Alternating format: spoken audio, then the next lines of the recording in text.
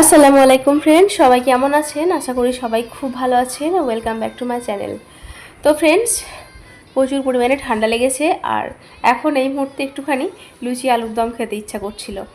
আলুর দম ঠিক না, মানে এই মিষ্টির দোকানে যেরকম আলুর তরকারি হয় না, ঠিক সেরকমটা খেতে ইচ্ছা করছিল। তো চেষ্টা করেছি সেরকম একটুখানি বানিয়ে নেওয়ার। তো প্রথমেই একটা কড়াই বসিয়ে আমি তার মধ্যে কিছুটা পরিমাণ সর্ষের তেল দিয়ে নিয়েছি। ফোড়ন দিচ্ছি একটুখানি 5 ফোড়ন, আর দেব তেজপাতা আর একটা শুকনো লঙ্কা। আর স্বাদটা আরেকটু ভালো করার জন্য এখানে আমি দিয়ে দেব হাফ চামচের মতো হিং। এবারে হিং আর এই ফোড়নটাকে একটু ভালো করে নাড়াচাড়া করে নিয়ে একটা সুন্দর একটা স্মেল ছাড়লে এর মধ্যে আমি দিয়ে নেব জিরে আর শুকনো লঙ্কা বাটা। একটা শুকনো লঙ্কা আর ছোট্ট 1 চামচ পরিমাণ জিরে একদম সুন্দরভাবে বেটে নিয়ে দিয়ে নিলাম। এই তরকারির মধ্যে কিন্তু আমি পেঁয়াজ ব্যবহার করব না।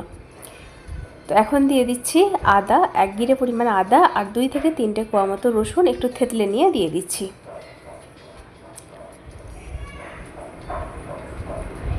এবারে এই মশলাটাকেও ভালোভাবে কষিয়ে নিচ্ছি। আর মশলা আমি এখানে যেই বাটিটাতে জিরে আর লঙ্কা বেটে রেখেছিলাম সেই পাত্রেই নিয়ে নিচ্ছি। 1 চামচ পরিমাণ কাশ্মীরি লঙ্কার গুঁড়ো আর 1 চামচ পরিমাণ হলুদ গুঁড়ো একটুখানি ভিজিয়ে নিয়ে দিয়ে নিচ্ছি। এরপরে মশলাটার মধ্যে দিয়ে নিয়ে ভালো মতো কষিয়ে নিতে হবে।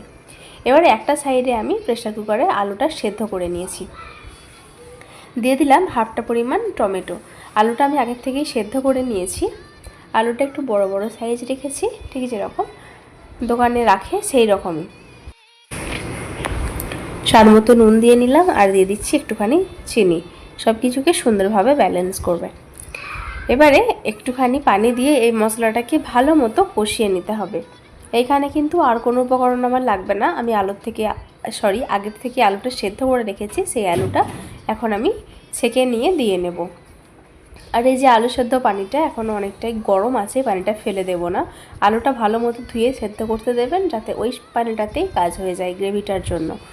তো আলুটা আমি দিয়ে নিচ্ছি, আলুটা ভালো মতো কষিয়ে নেব। তারপরে মিনিট 5 জন্য একদম লো ফ্লেমে একটুখানি ঢেকে দেবো, যাতে মশলাটা একদম শুকনো শুকনো হয়ে যায় আর আলুর গায়েতে মাখা মাখা হয়ে যায়। তারপরে গ্রেভির জন্য আমি পানিটা দেব। তো ঢাকা দিয়ে মিনিট 5 মতো এটাকে আমি রেখে দিয়েছিলাম একদম লো ফ্লেমে। তো এখন তেলটা অনেকটা ছেড়ে দিয়েছে আর মশলাটা একদম শুকনো শুকনো হয়ে গেছে।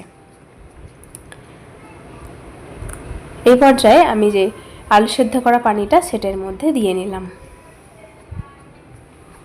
ব্যাস, এই ঝোলটাকে যতটা আপনারা গ্রেভি খেতে পছন্দ করেন সেই রকম গ্রেভিটা রেখে নামিয়ে নিলেই হয়ে গেল দোকানের মতো আলুর তরকারি। তো আমি গরম গরম লুচি আর এই আলুর তরকারি করেছিলাম, খেতে দুর্দান্ত হয়েছে। খুবই সহজ একটা রেসিপি, বানিয়ে দেখতে পারেন, খেতে কিন্তু অপূর্ব লাগে।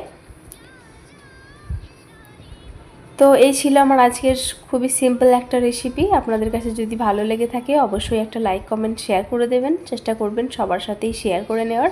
আর চ্যানেলটাকে যদি সাবস্ক্রাইব না করে থাকেন অতি অবশ্যই চ্যানেলটাকে সাবস্ক্রাইব করে নিয়ে পাশে থাকবেন। দেখা হবে পরবর্তী নতুন একটা ভিডিও নিয়ে। আপনারা ভালো থাকবেন, সুস্থ থাকবেন, সাবধানে থাকবেন।